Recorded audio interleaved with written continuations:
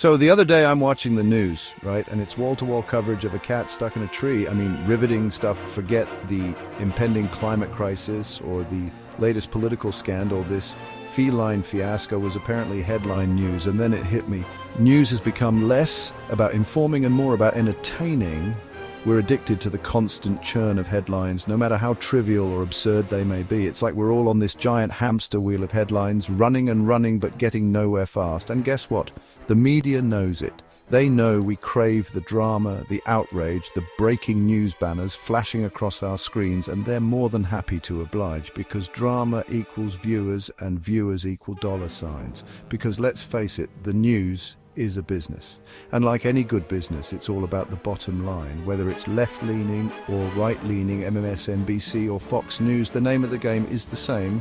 Grab those eyeballs and keep them glued to the screen, because the longer you watch, the more ads you see and the more money they make. It's a vicious cycle, really, and we're all caught in the spin.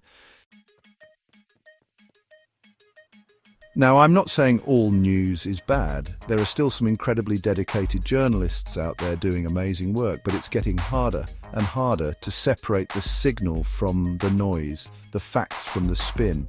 Especially when you've got networks pushing agendas like they're selling timeshares. Left-wing media, right-wing media, it doesn't matter. They're both guilty of playing to their base, preaching to the choir, and generally reinforcing the biases we all hold dear. Why? Because outrage sells, fear sells, confirmation bias sells. And nothing gets those wallets open faster than a healthy dose of the other side is wrong and they're coming for your freedoms. It's a cynical game, sure, but it's one that's been played for decades. Remember the good old days when you could actually watch the news without feeling like your blood pressure was about to redline? Yeah, me neither. But hey, at least we've got pharmaceutical ads to help us cope with the stress, right? Speaking of which, have you ever noticed how much time we spend watching ads disguised as news? It's like every other segment is sponsored content, seamlessly woven into the fabric of the program. Coming up next, how this new drug can cure your anxiety. Brought to you by the makers of that same anxiety medication. Look, I get it, ads pay the bills. But when they start to outnumber the actual news stories, we've got a problem. It's like we're being bombarded with marketing messages disguised as information, slowly eroding our ability to think critically and discern fact from fiction. And, hey, maybe that's the plan all along. Think about it. A misinformed public is a malleable public. Keep them distracted, keep them scared, keep them clicking on those ads, and they'll never know what hit them. It's the perfect recipe for a society that's more concerned with the latest celebrity gossip than the actual issues affecting their lives. Which brings us to the glorious dumpster fire that is the 24-hour news cycle. 24 hours a day, 7 days a week, 365 days a year, the news cycle churns on, relentlessly spitting out headlines like a broken slot machine.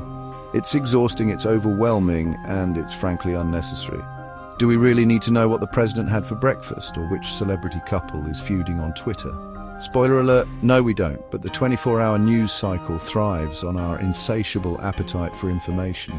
No matter how insignificant or irrelevant it may be, it's like we're addicted to the dopamine rush of a fresh headline, constantly refreshing our feeds in search of the next big story. And the media knows it.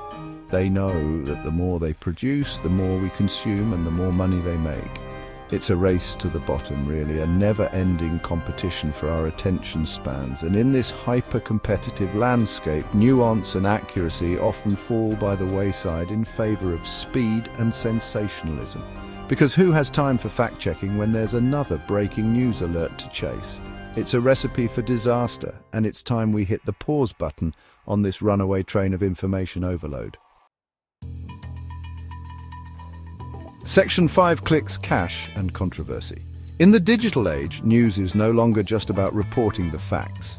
It's about generating clicks, driving engagement, and monetizing every single eyeball glued to the screen. And what better way to do that than with a healthy dose of controversy? Headlines are crafted to be provocative.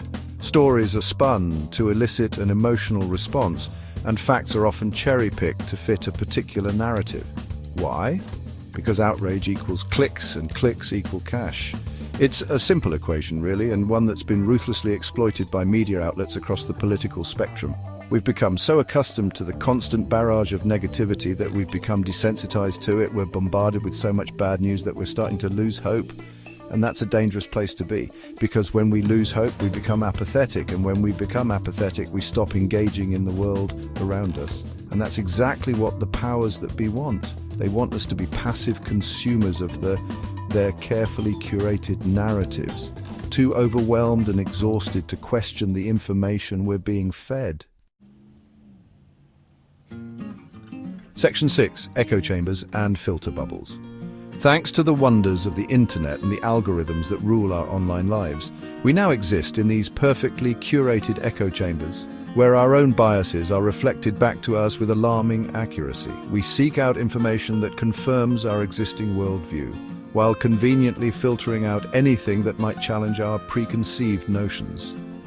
Social media platforms, search engines, even news aggregators, they're all complicit in creating these filter bubbles, these digital safe spaces where dissent is discouraged and critical thinking goes to die. We're fed a steady diet of information that reinforces our existing beliefs, creating a distorted reality where everyone thinks like us and anyone who disagrees is the enemy. It's a recipe for division, for polarization, for the kind of tribalism that's tearing our society apart at the seams. And the worst part, we're all complicit in its creation. We click on the clickbait, we share the outrage, we engage in the digital shouting matches that pass for meaningful discourse these days. We've become addicted to the dopamine rush of righteous indignation, too busy virtue signaling to our respective tribes to realize that we are being played. Section 7. The price of truth. In this brave new world of information, overload and algorithmic manipulation, truth has become a scarce commodity. Facts are malleable, opinions are presented as facts, and the line between news and entertainment has become hopelessly blurred. We're constantly bombarded with so much information from so many different sources that it's difficult to know what to believe anymore. And that's exactly the point. The goal is not to inform, but to overwhelm, to create a sense of confusion and distrust that makes it easier to control the narrative. When we don't know who to trust or what to believe, we become more susceptible to manipulation, more likely to accept the version of reality that's being sold to us. The price of truth, it seems, is eternal vigilance. We can no longer afford to be passive consumers of information, blindly accepting whatever is fed to us through our screens. We need to be critical thinkers, questioning everything, verifying sources, and engaging in respectful dialogue with those who hold different views. Section 8. Breaking news. We need a break. So what's the solution to this mess? Well, it's not easy. We can't just unplug from the digital world and pretend it doesn't exist. But we can start by being more mindful of our media consumption. We can choose to support quality journalism, to seek out diverse perspectives, and to engage in respectful dialogue with those who hold different views. We can also take breaks from the constant barrage of news to step away from the screens and reconnect with the real world. Go for a walk in nature, have a conversation with a loved one, read a book. Do anything that doesn't involve scrolling through your phone or watching cable news. Your mental health will thank you for it. We need to remember that the news is not real life. It's a curated representation of reality designed to inform, entertain, and yes, make money. It's up to us to consume it critically, to question everything, and to never stop seeking the truth. Because, in the words of the great American philosopher Lisa Simpson, if you don't watch the news, you're uninformed. If you do watch the news, you're misinformed. So, good luck with that. Section 9. Don't believe everything you read or watch. In the end, the greatest weapon we have against misinformation, bias, and the relentless onslaught of the 24-hour news cycle is our own critical thinking skills. Don't believe everything you read or watch. Question everything, and always seek out diverse perspectives. Because the truth, as they say, is out there. Just don't expect to find it on cable news. And remember, if you're ever feeling overwhelmed by the news, just turn off the TV, put down your phone, and go pet a cat. It's good for the soul, and unlike the news, it's guaranteed to be adorable.